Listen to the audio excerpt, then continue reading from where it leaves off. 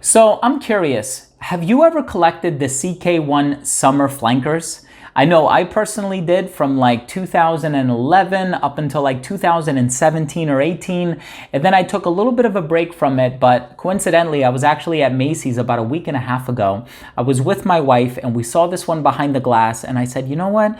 Let me give it a shot. That's the brand new one and I remember seeing it online. And so I tried it. I looked up the note breakdown. It has like watermelon, grapefruit, rhubarb, and ambroxan. And I said, you know, I had smelled a bunch of other things that day and I said, let me purchase this one and I'll give it a test run when I get home. So in today's video, we're going to be talking about the brand new fragrance by the company Calvin Klein. This one is called CK1 Summer 2021. So make sure to stay tuned.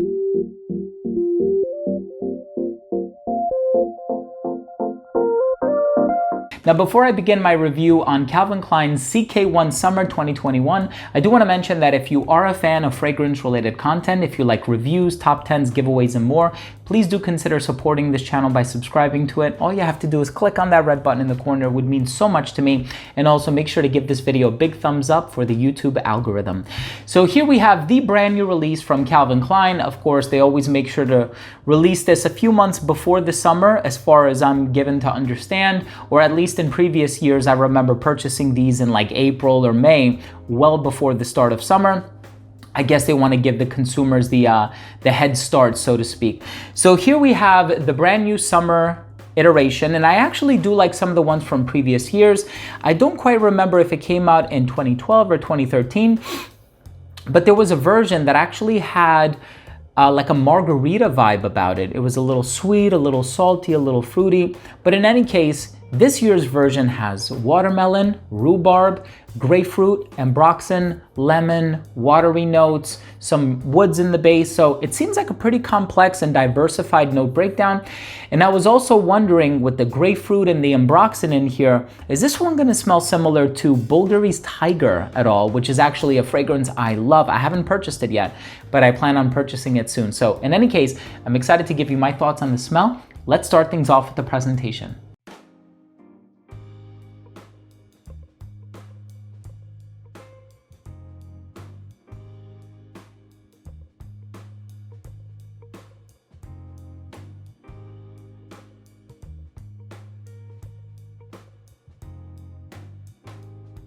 So right in the opening of this fragrance, you have this balance of grapefruit and lemon.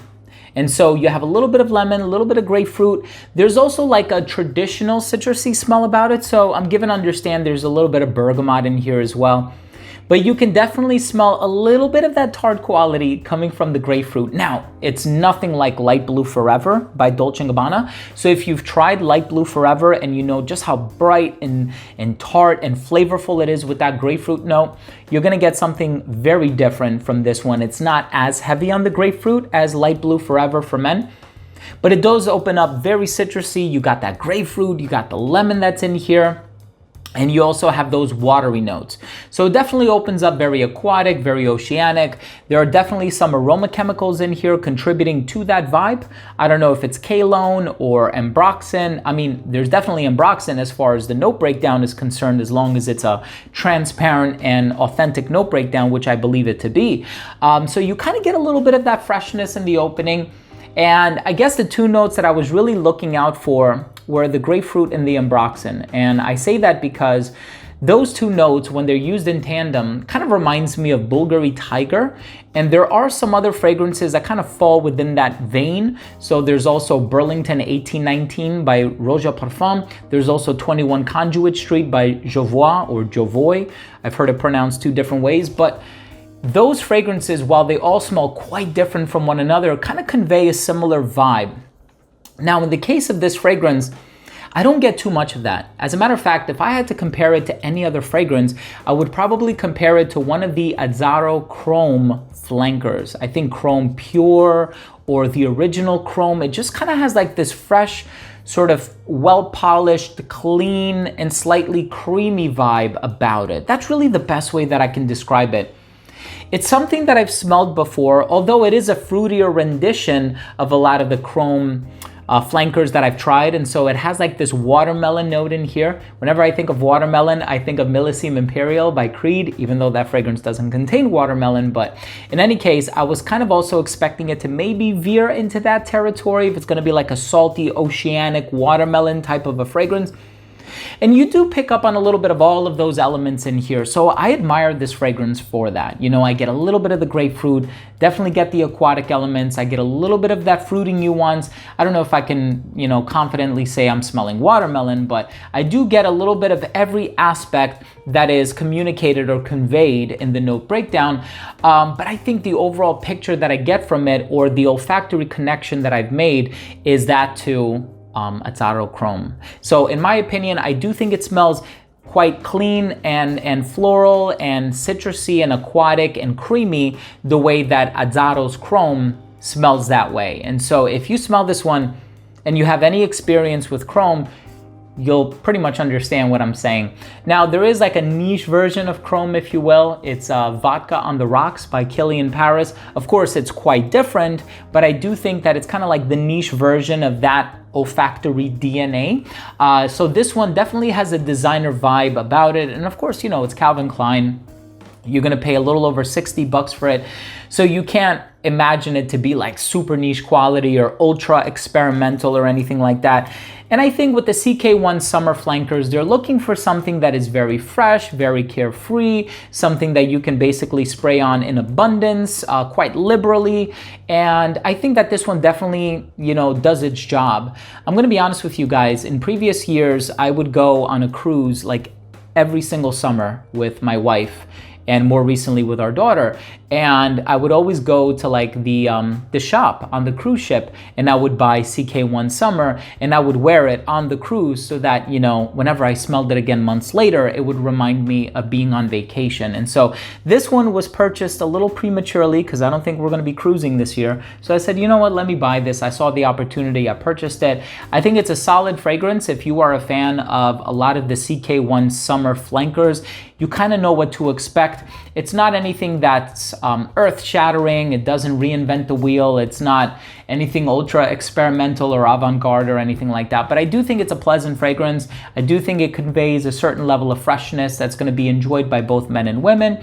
And I can even see you wearing this fragrance and getting compliments from it, definitely wearing it comfortably in an office environment. But I think it lacks that aura of professionalism that fragrances like Versace Dylan Blue or Chanel's Bleu de Chanel sort of convey. But in any case, let's go ahead and finish things off with my overall assessment. So first up, in terms of the uniqueness and the overall smell, I don't think it's ultra unique. I did make comparisons to some other fragrances throughout the course of this review, but in terms of the overall smell, I think it's very pleasant. You know, it's pretty much what you would expect from a CK1 Summer flanker. If you collect them, I think this is a worthwhile addition to your collection.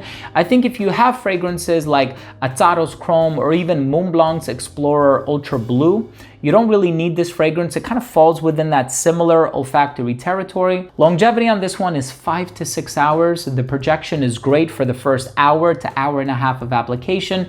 Never really radiated beyond an arm's length, and right around that 5-hour mark is really when it started to disappear from the skin.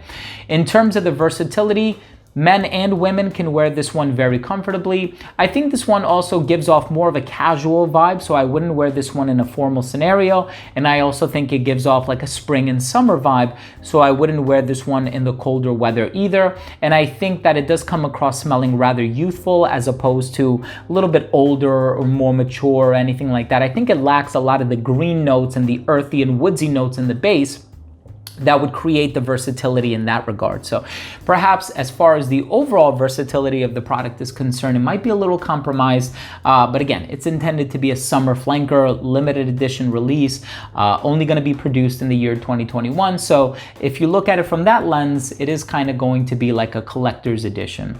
In terms of the presentation of it, I do like the presentation of the bottles. It's a little quirky. Sometimes it has like little water droplets on it. This one looks like it's underwater. It also has stickers on the back of the box. If you peel this tape thing off, I'll probably give them to my daughter. She loves playing with stickers. So my final verdict on this fragrance is, if you are a fan of CK1 or if you are a fan of any of the summer flankers from the house of Calvin Klein, you pretty much know what to expect. If any of those notes sound interesting to you, I know I neglected to mention the rhubarb. I don't get a lot of that because rhubarb to me has like a fruity strawberry type of a nuance, and I'm really not getting that from this fragrance. I'm not getting anything too sweet from this fragrance, to be honest. But if you are a fan of those grapefruit, ambroxan, woodsy, bright citrusy, refreshing DNAs, and you have tried some of the CK1 summer flankers from previous years, you'll pretty much know what to expect from this one. So thank you all so much for tuning in. I really do appreciate your time and your viewership. It means a lot to me. If you enjoyed this fragrance review of Calvin Klein CK1 Summer 2021, make sure to leave this video a thumbs up down below. I would greatly appreciate it. And if you took something of value from this video, if you like learning about brand new fragrance releases on the market, designer, niche, and indie, make sure to leave a like and subscribe to this channel down below by clicking on that red button. It would mean so much to me. Thanks again for watching. Love you all. See you soon. Bye.